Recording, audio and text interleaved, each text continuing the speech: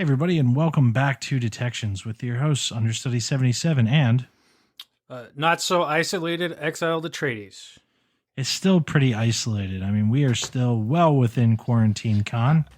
Except Oregon is now in phase one of reopening the state in 31 out of 36 counties. I think we're about 2 weeks away or so from that, a week or two maybe. Now, those Before five that stuff are not starts to in that phase one are the Portland metro area, so that is like about half the state's population. But this is what's going to happen. People are going to hit phase one, everybody's going to get sick again, and then it's all going to shut down again. Maybe. We'll see. So there's some pretty stringent guidelines. So far, at least people in this state have been pretty good business-wise about maintaining it. In general, the people that I've been around when I go out to the grocery store are pretty good about it. And when people are like out at parks, they're making sure to give people enough space and still wearing masks. So we'll see. I have hope. The upside is there's no quarantine in Animal Crossing. There is no quarantine in Animal Crossing, and tomorrow I'm going to go out to the high desert in eastern Oregon with my dad to take pictures and stuff. And Nice. when you're doing 12 miles of hiking trails in the high desert, there's plenty of space for people. Oh, yeah. I have also, to be honest, since quarantine started, I'm on my fifth book. Nice. And typically, I don't ever read books anymore. I never have the time. I do audiobooks, when I travel. Mm-hmm. But for the most part, I never just read. I'm on my fifth book, since the start of quarantine. How does that feel? I mean, it's the same set of books I always read when I decide to read, but it feels good. I just haven't really wanted to watch a whole lot of TV lately. And, I've been rereading Harry Potter, which I quite enjoy that book series. Nice. And this is a good time for me to crank out another reading through of Lord of the Rings before I go back to work. Lord of the Rings never did it for me. I'm going to lose a lot of nerd cred there. That's fine. His style just never really worked that well for me. I'm trying to think of how to properly explain it. His books read like history books to me. I loved The Hobbit. The Hobbit was short, it was sweet, it was just really good. The adventure was very solid. And then, of course, they turned that into 3 bloated, horrible movies. Oh, God, don't get me started. But I liked The Hobbit as a book. And I liked the Lord of the Rings as a movie, even though today, if I watch it, I guarantee I'll fall asleep. All the credit in the world for being one of the first people to build that involved of a fantasy world and all those things, right? Much love for that and a lot of respect there. But I was a R.A. Salvatore guy, the Legends of Drizzt, Duard, and that was my jam. The way the dude explained sword fighting, it all felt personal. Lord of the Rings just felt like a history book. Which is what I liked about it, because in high school, even before college, I sucked up Joseph Campbell, was a huge history nerd. I'm thoroughly engaged by how he weaves in poetry and song, and then the full development of linguistics in the middle of that. That's all very interesting to me, no matter how many times I read it. Oh no, I'm all a man of action. I gotta have those action scenes, and I gotta have that excitement, and I gotta have that tenseness. I like horror books actually for that reason, and mystery and stuff. How when the Hobbits, you read through the Hobbits and the Barrow Downs and Fellowship of the Ring, that's a pretty intense section because there's imminent death on their minds. The problem is you get a couple intense sections and not a lot, but the bulk of it, not really so much, right? It's walking the book. Yeah. Which has its places. And it's not that it's bad. Aragon can be like that a little bit too, but Aragon just, I don't know, it feels, I like the Aragon books too. They feel different. They got a lot of gaps in them, but they feel different. I haven't read Aragon. I haven't read R.A. Salvatore, but I have read Dragonlance. You should read some of Salvatore's books. The Forgotten Realms books were way better than the Dragonlance crap. Salvatore's books specifically are just incredible. And the dude's such a nice dude. So when I was a kid, fun little tangent story here. So when I was a kid, I was a big D&D nerd, right? I'm gaining back my nerd cred here. This is helping. And I was a big fan of Salvatore's books, which were Forgotten Realms, a D&D land that I played in a lot. And at one point in time, I started emailing him. And he responds to every email. So like him and I would like talk about different campaigns that like we went on. Like he'd tell me about campaigns, I'd tell him about stuff. This was probably like early on in high school, like ninth grade maybe. I was real popular with the ladies, let me tell you. Emailing an author about fantasy novels and Dungeons and Dragons. But it's okay. It worked out. But anyway, just a super, super nice guy. And he still is, as far as I know anyway. But like, in just the way he wrote, like there was something about the way he wrote, like you talk about like the song and like the lore in the song and stuff, right? Like this guy could describe a sword fight like a dance. It's so eloquent the way he describes like fights. And it was always something that drew me to him. Like just the way that he wrote out fights, and his characters were flawed and very in depth and very interesting. Like even his bad guys, like all his bad guys weren't entirely bad, right? Mm-hmm. It's just a really interesting way of writing that had a lot of depth to it that I liked. I'll have to send you this trilogy that I got from a local Portland author named Brent Weeks called the Night Angel Trilogy. Okay. Just to see what you're curious about, because I enjoyed them. There was a mix of world building, but there's also a lot of action to it. We can talk about it more outside of an episode. Oh, absolutely. I'll be curious what you think about this. So as we talk about, fantasy famous people, let's talk about real famous people for a minute. A celebrity law firm was hit by a surgical cyber attack. So basically, Grubman, Shire, Marcellus, and Sachs, which represents a bunch of A-listers, including like Robert De Niro and Lady Gaga, right? And for anyone that needs the confirmation, yes, that was the official transition to the news section. It was. I felt like I teed that up pretty well. They lost like 746 gig of data, including personal data and contracts of like celebrities. That's a pretty serious like thing, and somebody's probably going to get a pretty serious payday out of that one, if we're honest. Like, they got the money. It's a lot of sensitive crap. Like, and nobody's really saying like whether or not they should pay yet. And really, it's not quite known how much personal information has been obtained and how real the threats are. But this is a pretty serious fucking hack. Like, all things considered. Yeah, right? For sure. I'll be interested because, like, every hack is serious. But this is a hack of a law firm that has clients who have millions of dollars. So, like, this is a hack of people with lots of power. Mm-hmm. And lots of people with power-sensitive data. I'll be very interested to see what ends up happening with this one. Very, very interested to see what happens with this one. What do you got? So, speaking of well-known entities, I think we're all familiar with an entity called GoDaddy. GoDaddy, GoDaddy, go.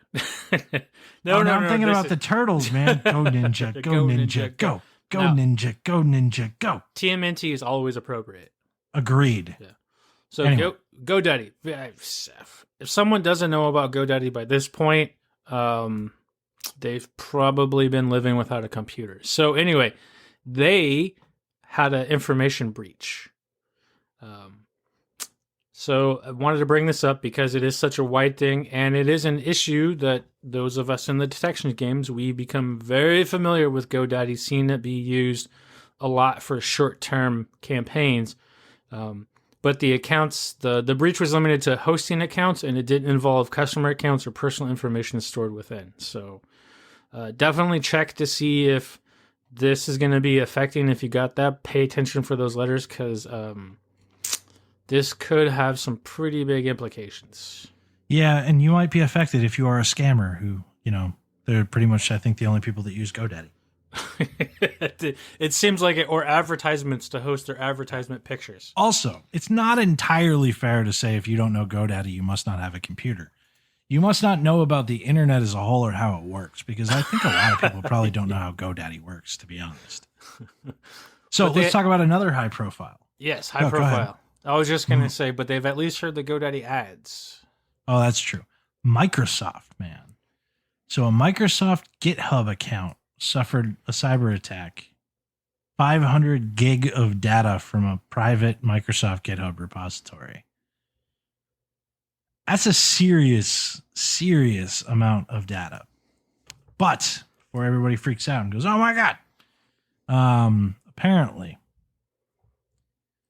Microsoft is saying that there was nothing really particularly sensitive about any of their projects that actually exist there. Just, nothing that's really bad. So, I'm sure they're reeling a little bit to work on this. And I'm sure some of people that I know who just went over there recently are probably busy right now.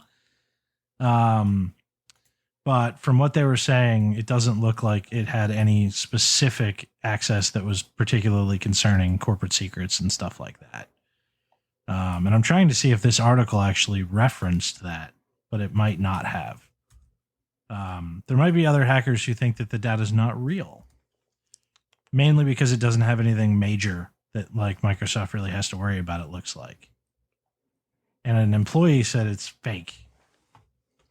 But we'll see. But that's another pretty high profile one that's still, I think things are coming out about it. Back to you. So the next thing that I have on doc here is a thing that I'd hey Mycroft, hi, please don't scratch the chair. Sorry, cat walked in. Oh. So the first time I started, when I was doing help desk stuff and had to deal with mobile device management, central management, right? Any company that has mobile devices, and then they would control the software. I would ask leadership and stuff like, what are we going to do if someone were to compromise the admin console and use it to push out their malware? Well, that's happened. Checkpoint Which one? Security. Yeah. Checkpoint actually released a campaign that they found where a banking Trojan was pushed out to over 75% of managed Android devices once they took over the MDM server. Damn! Right? Jesus. It was Cerebus. That's what I was looking for. Was it just one customer, or was it all of their clients? I'm assuming just one customer. Yeah, because they got to be individual client things, right? This Ars Technica article doesn't point out specifically, and I did not look at the source, but the Ars Technica article has a link to the Checkpoint Security source. I mean, it came from Checkpoint. Maybe it was all. If it was all, that's got to be even bigger. Yeah. But yeah, so it was one of those things that I'd kind of theoretically brought up with leadership that has turned now to be a real thing. So let's stay on mobile for a minute. Apple has acknowledged that every iPhone released in the last 8 years was vulnerable to remote attacks through the iOS Mail app. That's 900 million phones, by the way. They played down the severity of it. They've seen no evidence of the exploits, but now the flaw is there and it's in the wild. So it's happening, actually happening. Which is pretty major. I mean, you're talking your iPhone, every iPhone, all of it is vulnerable to this thing through mail. And I think it's RCE too, but I'm trying to remember because I forgot since last night when we were supposed to record, but now we're recording a night later. Oh yeah, there it is. We were able to prove that this vulnerability can be used for remote code execution. Boom. And a patch is not available, which may have changed since the article. However, basically everything from iOS 3.1.3 to iOS 13.4.1. So this is how this works. If you're using anything but the built-in mail application, you're fine. If you're using the mail application, you're potentially not. It has been promised that it'll be fixed in 13.5, which is great. But it doesn't mean that any of the older devices that can't go to 13.5 are actually going to get patched. Who knows? So that's a thing, and you should know, read up on it. Link will be in the description, but maybe you don't want to use the built-in mail app. Back to you in my radio voice again. Radio voice. All right. So speaking of vulnerabilities on mobile devices, this one caught my attention because it affects all Samsung Galaxy phones built after 2014, which Oh, damn, an Apple and an Android. Like, boom, boom. boom, boom. Yeah, it's the 1-2 punch or twinsies on this, except this is the perfect 10. It is a 0-click vulnerability that leads to arbitrary remote code execution. Ooh. Yeah, it is. It is uh, one of those. And Project Zero, Google's Project Zero, is the one that found this vulnerability, and it's being tracked under a CVE right now. And there is a proof of concept out there that shows how to exploit it. Let's see. It's you default it's an attack against the default Samsung message app that is bombarded between 50 and 300 MMS messages. So interesting. Definitely check into this. So now we've got Apple and then the big perfect 10 on Android Galaxy devices. And now I need to pivot completely off of cell phones because I'm out of Oh, that's not true. I do have another cell phone thing. Let's do that. So, we've talked about like Talk or whatever it was before. And, a bunch of the kind of suspicious applications that you might install that you might do stuff that could be bad or might be like scraping you for different purposes, right? Mm-hmm. So WeChat is pretty popular. Yes. So it's just been found that WeChat monitors foreign chats to feed its Chinese censorship machine. Basically, like in China, like, they monitor all that stuff, including WeChat, and then they use that to censor out certain things. It's one of the reasons why they're like banning Animal Crossing in China, because people have done like free Hong Kong stuff. So that's a thing, by the way. I don't know if we ever talked about that, but like they're banning Animal Crossing in China because people can make whatever they want, and it's causing problems. So WeChat has been found, or I should say Citizen Lab has found, that images and documents shared between accounts registered outside of China are analyzed for politically sensitive content. Positive samples are then hashed and flagged when someone tries to share them with a Chinese account. What that means is basically everything you put on WeChat is scanned and viewed by the Chinese government potentially. Really good thing to know if you are a WeChat user and if that concerns you. And it goes in like a machine learning system to censor the communication in the country. The terms and policies don't actually indicate any of this, by the way. And there's no publicly available information detailing that the platform uses its data to do that. That gets really interesting because it goes to show that terms and permissions and all those things don't necessarily tell you the whole story when you talk about apps. So, like, think carefully about what apps you use for private conversations. All I'm going to say on that. Do the research, definitely. So I'm gonna follow that up with something that's kind of go back to ransomware a little bit. This is about a specific one called Lockbit, where it isn't necessary. I mean, we've talked about ransomware pretty good so far about it. But this specific story about how Lockbit ended up doing such a big payday with is in one of their infections, they managed to get a network admin account through their automated scripts because of weak password, no expiration, all that good stuff. So it's one of those stories that goes on to say, hey, these things that we talk about, it's actually happened. Huh. Okay. So that's a good pivot because I've got a malware one too. I'm just like teeing these up. I swear we actually didn't plan this tonight. It's just kind of happening that way. So new malware Ramsey, however it's pronounced, believed to be completely and totally built to bypass air-gapped networks, identified by ESET, like specifically made for that air-gap jumping. So like it infects a machine, scrapes for Word, PDF, zip files, other sensitive information, then just waits for an opportunity to transport the data out of a closed system. This article says they're not really sure how they do it, but it looks like 3 different versions have been identified. One that was built in September and 2 more in March. Which basically says that it's still being built and updated on and improved by the operators. One has a spreader module, which is apparently pretty highly aggressive, capable of infecting portable executables found on removable storage. And that's how they think that it gets to those isolated stuff. It's not yet clear how they get off of that isolated stuff. Maybe in a similar form, actually. You plug in removable media, it infects removable media, and then sends out stuff. But nobody's really quite sure yet, as far as I know. And again, maybe that has changed from the article that I read about this, but it was interesting.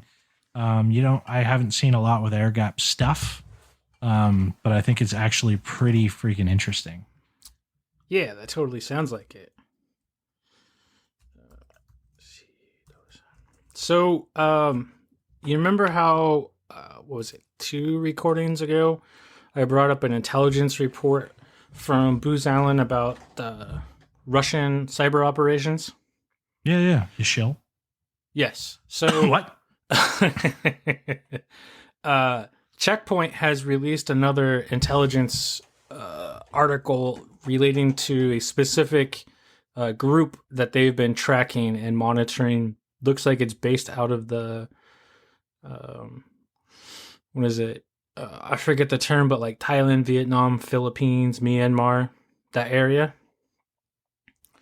So it's another one of those really good breakdowns for people to see how this group operates, the backdoor information, like the malware families that they use, how the malwares themselves operate, so that they can see, again, how another group works and try to figure out ways that they can watch for similar activity. Yeah, this is a pretty in-depth, I can't guess the number of pages because it's on a web page, and they do provide atomic indicators at the end of the article too. Cool. I'm gonna 1-2 punch some cool stuff. Bring everybody back up. One, there's a dude by the name of David Hughes. Made a really cool detections wallpaper, and he's a graphic designer in InfoSec, and he's doing 100 days of InfoSec art. And detections grace that list, and it's super freaking cool. I'm glad you brought it up, because if not, I was going to do it just before we did our detection today. So super duper cool, and he said he actually kind of wants to do another one, which would also be super duper cool. But check him out. We'll link his Twitter and we'll link his GitHub. I'll spell it too. It's at DOULOS 0. That's Delta Oscar Uniform Lima Oscar Sierra. Yep, 0. GitHub by the same name. Super excited. I'm actually going to use that wallpaper as soon as it hits his GitHub. He just made it today, so it's actually kind of nice that we ended up delayed by a little bit. Yeah, and then it is legit. It is. And then the other cool thing. So we talked a long time ago about the Deepin desktop, Deepin as a OS, right? Yes. And just there's some concerns about where it's made and blah blah blah. But fuck, it's so pretty. It is one of the prettiest operating systems I've ever seen. Well, now you don't necessarily have to worry about where it's made. Maybe. It's been remixed into Ubuntu 20.04, running the Deepin desktop environment. So you get all the back end of Ubuntu with the gorgeousness of this desktop environment. And I am so genuinely excited to test this thing out and play with it because it looks so freaking cool. I love the environment. I actually like Ubuntu as a Linux variety. I think it's pretty well supported and works pretty well. So genuinely check it out. It's ubuntudde.com, and it's just super freaking dope. And looks awesome. So that's it for me. I brought everybody up. Now you can make everybody mad. Yes. Because people are going to be mad. From what I've seen, people are going to be mad. People are already mad. I'm sure you've seen all this discussion, how in the European Union, they have now classified this CISSP certification equivalent status to a master's degree. You know why I'm not mad about this? Honestly, it doesn't really faze me at all. And there's a very specific reason for that. Dude, shoot. Because I think they're both worthless. So That was mean. And if you are a master's degree person or a CISSP person, kudos to you. Like, seriously, like, I'm happy for you, especially if it means something to you. Like, it is a gateway, is a way to open doors, and I appreciate that. But I am an uneducated jackass with no certifications. And I have just, largely because I've never really seen the personal educational value in them. So, like, I say that joke, but I do need to classify. Like, everybody's path is different. And, like, I support you for whatever path that you get. And I'm actually kind of for this. Because, you know, if they consider that what you'll learn in a master's degree is what you would learn by getting the CISSP, which is pretty much a mile wide and an inch deep, right? Fuck, save yourself the money on a master's degree, man.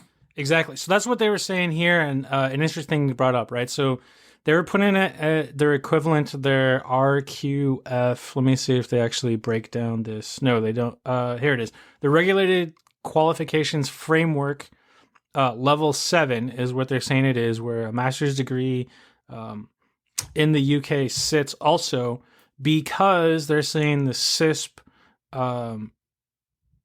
puts forth an equivalent knowledge and skills comparable to that standard because of organizational problem solving, decision making awareness, correct use of industrial standard, or policy and best practice, and that the earning potential that you get from having a CISP is comparable to getting a master's degree. I'm actually genuinely fully in support of us moving away from the traditional system of schooling and into certifications being okay as a requirement instead. I think overall, like, that whole, like, get off my lawn, like, I had to do it, you have to do it, like, that whole thing needs to go away. Yeah, and that's the basis of the anger that I've seen about this, is that people are angry that they have had to put in more work than, so they're comparing, like, they're saying, of course, as a master's degree, I'm putting in more work than the CISP. But the other thing to consider here too, when coming up with your own opinion about this, is a master's degree, while it is a focus in a specific field of study, it is still an increase upon a general knowledge base, where the CISP is just completely target focused in one area. Also, if your opinion is I had to do it, so, like, you should too, get over yourself, man. Or lady, it doesn't matter. Like, just get over yourself in general. Like, that's not the way the world works. Like, progress historically means that, like, the next generation might have to do less to get just as far, because maybe we as individuals were smart enough to figure out that you don't need all that crap, right? Like, I'm just throwing that out there. Like, it's a little progressive, but come on, man. Like, I don't care about your degree. I don't care about your certs. I care about the knowledge that you have. Like, that's me as a person. Mm-hmm. But if you're going to take the $200,000 education out of the mix and say, go get this $500 piece of paper that would essentially be the equivalent, I support that. I'm cool with that. That makes InfoSec accessible to a whole new group of people. Yes. And the thing to consider too, when you go through a more traditional postgraduate master's degree program from a bachelor's or whatever, you're getting a much more broad general base of knowledge, right? So if you decide to change careers, you have a lot of transferable skills that you can use to pivot around, have a broader breadth of knowledge of things in the world and what to go on. Where if you focus in on the CISP, that's pretty much it, right? Like, you're limiting yourself to information security with that. Yeah. Alternatively, you can learn a lot of skills just by, like, reading things and doing things and not paying somebody $200,000 for it. But, you know, I do not have a high level of value on collegiate education. That's me personally. That's not a knock at any of you who are doing it. Where I have done it, I mean, I have 2 degrees right now, and there is value to it, but it is like a good friendship, a good marriage. It's really only as good as how much work both sides put into it. So if you get shitty teachers or shitty school, it's going to be a shitty fucking experience. Which I hear more stories about shitty teachers than anything else. Exactly. But when you get to a place where you have more consistently good teachers that help meet you at where you're a student, it is a much better, well-rounded experience that then becomes worth the money, in my opinion. Yeah, I still don't think it's worth the money, but I'll take your word for it. All right, so you beat to the announcement. That was the end of the news. I kind of wanted to bring that up at the end because it's a big topic right now across social media. So there's our 2 cents shitty input. Take it for what you will. Which basically means take it for nothing. Exactly. We are not at all qualified to give you career advice. I want to make that clear. We're two jackasses who do a podcast. If you trust us, cool, I appreciate that. But just know, like, we don't know at all. Like, we control very little sections of our own very little worlds. And, like, we can impact that. But, like, I can't speak for the rest of the industry at large. I mean, we can offer some solid suggestions about career advice. Like, sure, don't make a career out of doing illegal activities because that's just stupid. Fuck up yourself really but bad. Like, what I mean is, like, I hire people. Like, that's part of my job. And it's not a small part of my job. I may not care about a college degree. I may not care about certifications because I don't. Like, I just don't care about those things. They have never, in my personal experience, translated into the practical knowledge that I need for someone to do the job. However, I am just me. There's a crap ton of other places, even the last time I was job hunting, that were like, oh, well, you don't, the client really, really likes you, but I just realized you don't have a bachelor's degree. I'm like, yeah, well, do you plan on getting one? I said, no. They said, then we can't hire you. I said, okay, yep, that's fine. Because I don't really want to do that. Like, I can't imagine. And part of that's because, to be honest, I can't imagine going back to school right now, like 10 plus years into my career, and like sitting through bachelor's degree InfoSec stuff. Like, it might give me a refresher on so much of the shit that I've forgotten. But at the same time, like, I just can't imagine doing that with myself right now. Like, I just can't. It's that simple. But anyway, I digress. So we're about to give you a bunch of unsolicited advice tonight. Exactly. Unsolicited advice about what, though? Like, how to stay at home?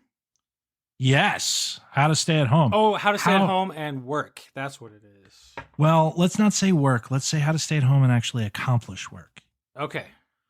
Some of this advice is going to be things that I think is a good thing for somebody starting out with work from home that I no longer follow.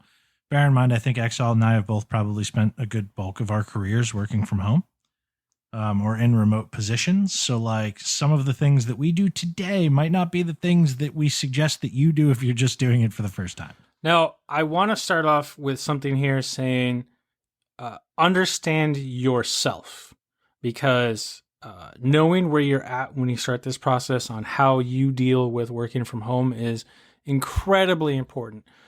Some people like us, we don't care. Like, it's okay that we're not around people because once we have our task, we go forth, get it done, and move on to the next one, right?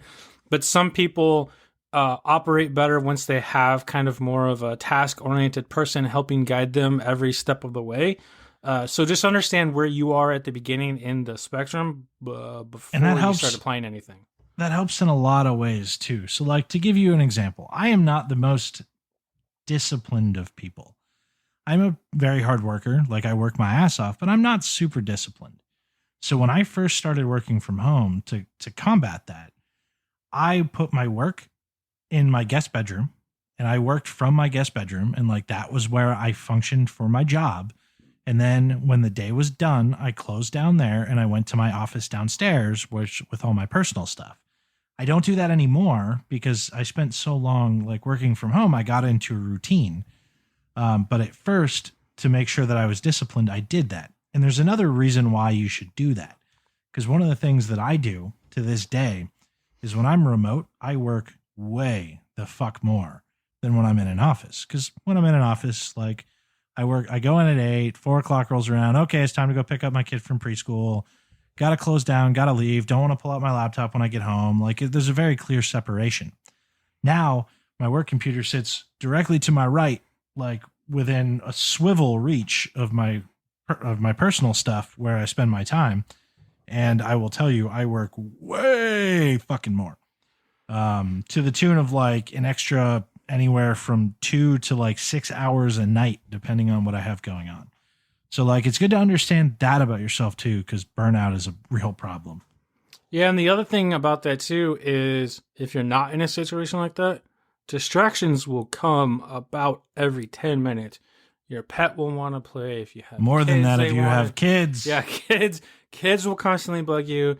they'll be like, you'll go do a quick chore, clean the dishes, vacuum.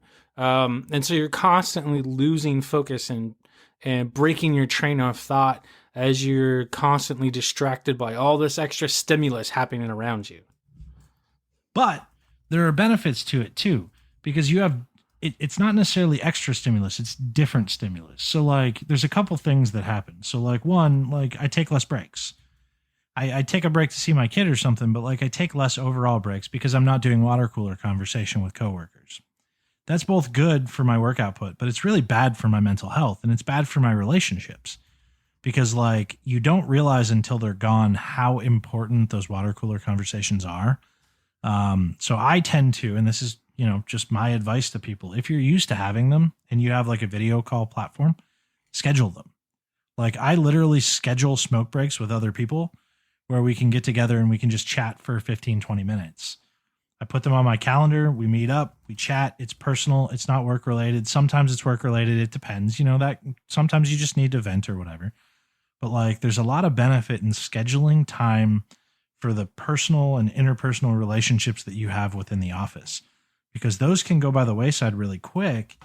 And like some people, one, need those to function at their best, but two, and more importantly, like it's amazing how much a good relationship will help you when you need to get something done with another person. Yeah, absolutely. And that falls into a lot of the things that we constantly hear about and hear people talk about a lot too, with taking those needed breaks. Those like 10-minute micro breaks that help actually maintain focus. Because sometimes, like the way the human brain works, we get so focused on a topic that our brain then spins out, and we need that thinking time for the unconscious part of our brain to spin it up. And doing the water cooler talk, having those 10, 15-minute personal conversations allows that unconscious brain to chew on something while it's actively working on something else. Exactly. And that can go a long way. And they also say like, don't break your routine too much. So like log in at the same time, put on pants, things like that. I can tell you that if I tell any of you to change out of your pajamas, I'm a hypocritical bastard because I don't change out of my pajamas. However, I used to because it helped me get used to the separation in the early days. Now I kind of roll out of bed and roll into my desk, but I've been doing it for so long, it's kind of okay. At the start, it really does help to follow your morning routine, get up, put on clothes, do all those things that you would normally do. And we talked about like the video chat thing a couple times, and video chat is a great way to stay in contact with people.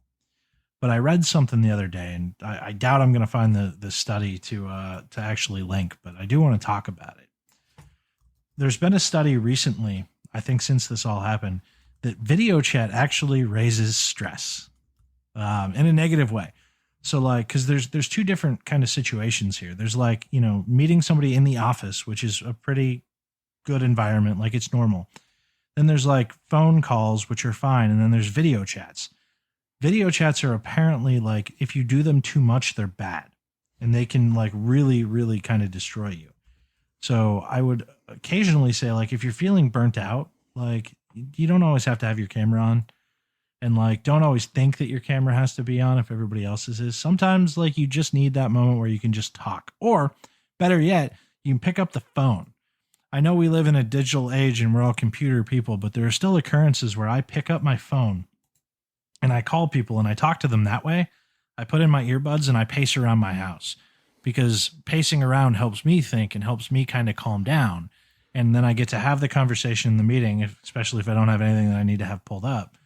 But I get to do it in a way where I'm not on video and I'm not worried about what I look like, and I'm just kind of walking around. And that kind of helps. I mean, and on a technical end too, like turning off the video helps to ensure that your kids and your wife maintain the true high definition streaming from Netflix and Amazon and stuff like that.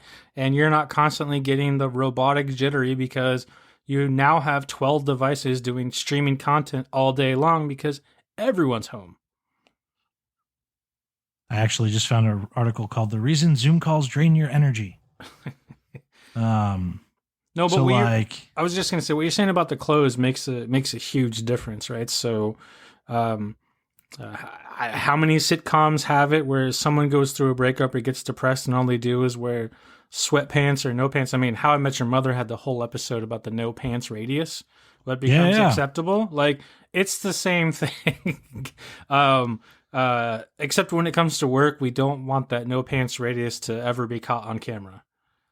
Correct. Although it depends on a lot of things and depends on how you work. Like I said, it's not uncommon for me to be wearing like pajama bottoms anyway when I'm working, largely because they're more comfortable. And if I'm putting in the extra hours that I'm putting in when I work from home, I'd rather be more comfortable because I'm getting up, like I'm taking less breaks. I'm getting up less. I'm not walking around as much, like a lot of those things. So like, it's all about being comfortable, but still feeling like you're in the frame where you can get work done. And that's why I mentioned right up front, like remove yourself from some of those additional like, distractions. Remove yourself, if you can, from the room with all your other toys. It helps. What other work from home tips do we have? Get outside, actually. So when you're taking some of those breaks, like that phone call you were just talking when you're pacing around, pace around outside. Like, because in offices you have windows, and oftentimes it's a lot easier just to take off for 10 minutes to take a quick walk outside. But working from home, there is that tendency to get hyper focused on a task, work longer hours, do more work, and you actually get outside less. So, at least if you have windows, trying to open them. Yeah. So like I've actually taken to opening my blinds during the day to let a little bit more light in, which has been really nice for me. Like that's a new one for me because my office used to be in a basement and I didn't have that option. But like now I do, and that's been really nice for me to have my blinds open and let a little bit of sunshine in my office. And like I would, I don't know, 2 times a week, just go to a coffee shop and just get like the house coffee. Right now, that's not allowed. It's not allowed right now, yeah, because that. But in general, work from home, that was another thing I did too. Was I went to a place where there was at least people around for a little bit, so I could hear that human interaction and help the brain disengage at the same time. Oh yeah, and here's another huge tip, especially if you're not used to work from home and you're at a company that's not used to work from home. Over communicate to death. Like seriously, there's a chance that you have a boss or a team that's like not really used to what you do work from home, right? So like they don't know what you're doing, they don't know what's going on. For all they know, you're watching TV, whatever. When you get up, you log in, say hello to everybody on a chat application. Just say, hey, how's it going? Good morning. I'm here. When you take lunch, do the same thing. When you log out or take a break, do the same thing. Like communicate. Build that trust from work from home. And if it wasn't something that was regularly allowed before, building that trust is really going to make that regularly allowed later. Like it's really important to build that trust and communication where you're communicating what's going on. Like even, I work from home. Like if I wanted to like disappear for an hour or two, no one would raise an eyebrow. But if I take a break, I hit up my team and I hit up the chat and I go, hey, I'm going to go like unwind for a little bit. I'll be back in a bit. And then I'll message everybody when I get back. If you need anything, my phone's in my pocket. But like over communicate to death. It's helpful and it builds trust and it builds a semblance of connectedness with teams. What else? Or are we at detection time? I don't know. I haven't actually looked at our time. So the last thing I want to throw out there for working from home stuff is we hear it all the time, but pay attention to how hungry and thirsty you are. Like I'm the kind of person where once I start on a task, I'll get focused on it. And then before you know it, 6 hours later, and I haven't taken a snack. And I'm starting to feel angry and irritable. And how this ties in with your communication is once you're hangry, your emails all sound like you're pissed off. And that's never a good situation to get in. Or your video chats make you look like you're pissed off, which is also not necessarily a good situation to be in. But the benefit is working from home is that even if you're talking with people, you can turn off the camera. And when they're pissing you off, there is no stigma about taking a shot of something hard in order to help you get through that one meeting. I mean, or you can just roll your eyes and nobody will see it. There's there's a lot of really amazing things that can happen with work from home. And that's the thing. Like there's a lot of benefit. And one of those benefits is pending that you're not like on shift work, right? Which to people on shift work, I'm sorry, this doesn't really apply to you. But it's this concept of being able to split up your day how you want. So you're not like sitting at the desk for 8 hours. So when I was full-time work from home as a consultant, I would get up in the morning, well, morning-ish, around like 10. Kind of log in, see what's going on. What do I have any communications from clients? No. All right, cool. Say hello to the team, see if anybody needs any help. Cool. Go make breakfast. And I'd take my time. And then like I kind of just like check in a couple times throughout the day because like my kid was young, right? So like I go play with my kid, I'd check in, I'd make sure I was there for my meetings, and then about 8 o'clock, then, I'd maybe get like 4 hours in throughout the day. And then about 8 o'clock, I'd sit down until about 2 o'clock in the morning. That's when I do all my technical work. Because like people were going to sleep, like I had the time. Like there's this incredible freedom with being able to split up your workday when you're on task-based work. You can just be like, I'm going to do this like 8 p.m. to 2 in the morning. And then like, I'm not really going to worry about it the next day. Like that was super cool to me. And I really loved that. Sorry, it doesn't apply to the people who are on shift work, but like, it's totally one of the best freedoms in my opinion of that. Like I'd get up and I'd be like, I'm going to go for a run. Okay, I'm back. I'm going to take a shower. All right. What's going on at work? Do a little bit. All right, I'm going to take a break. And then I just buckled down at night when I could focus more. But anyway. Yeah, that's actually a very valid point. It allows you to adjust your workday to how you are most efficient mentally, right? Because some people are better late night, some people are better early in the morning, some people are better like mid-afternoon, right? So you can adjust your sleep schedule and your productivity time as needed. Exactly. So with that, those are our top 10 tips that have no value for work from home. Was it 10, maybe 12? I don't know. I just kind of said top. Everything's about top 10 lists, man. That's our good darkreadingmedium.com blog title. Top 10. Exactly. There you go. Soon to follow, not PowerPoint presentation. So on that note, shall we move to the detection? Yes, I realized that we forgot to talk about it beforehand, so I threw something down.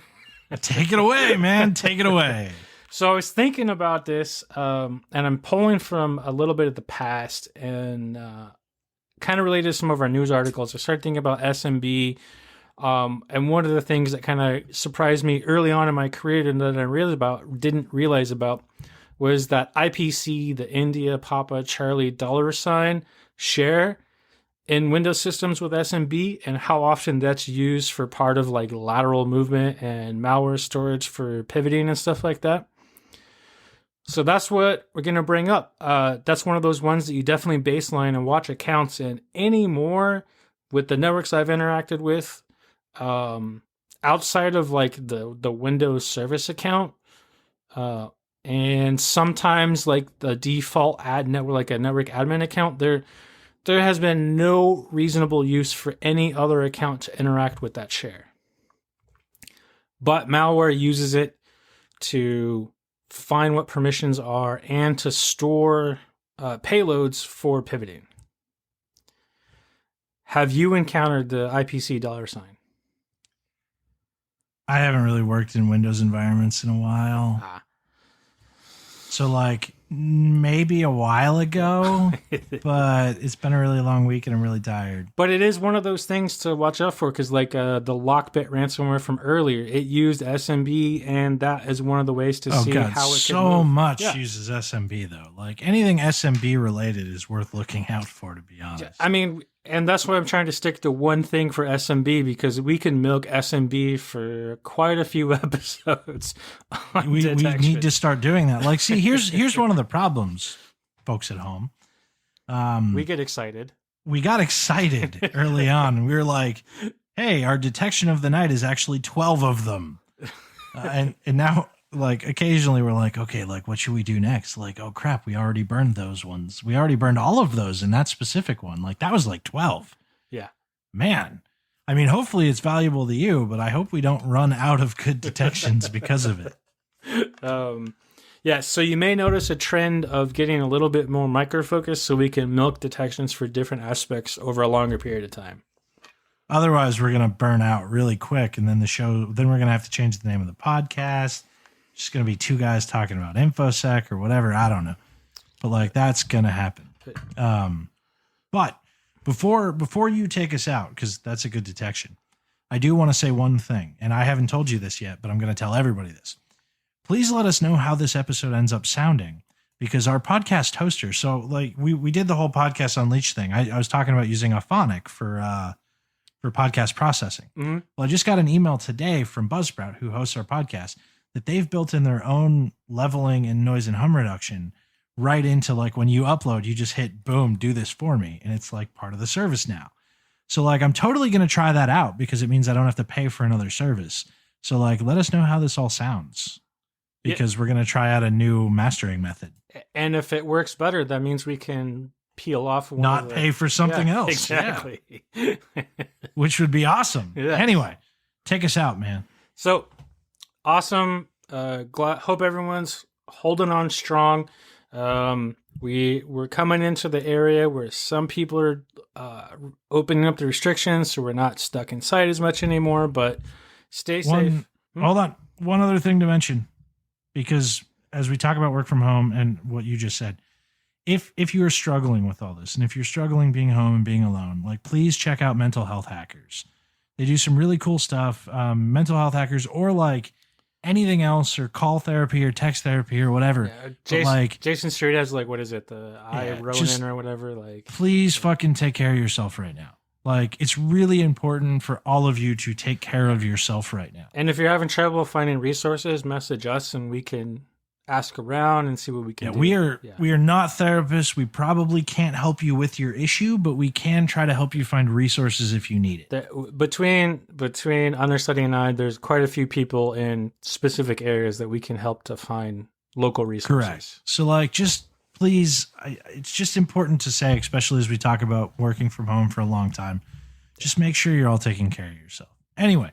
Yes, finish that's what I was going to say. Take care of yourself, stay safe, stay clean, and through all that, go forth and find badness.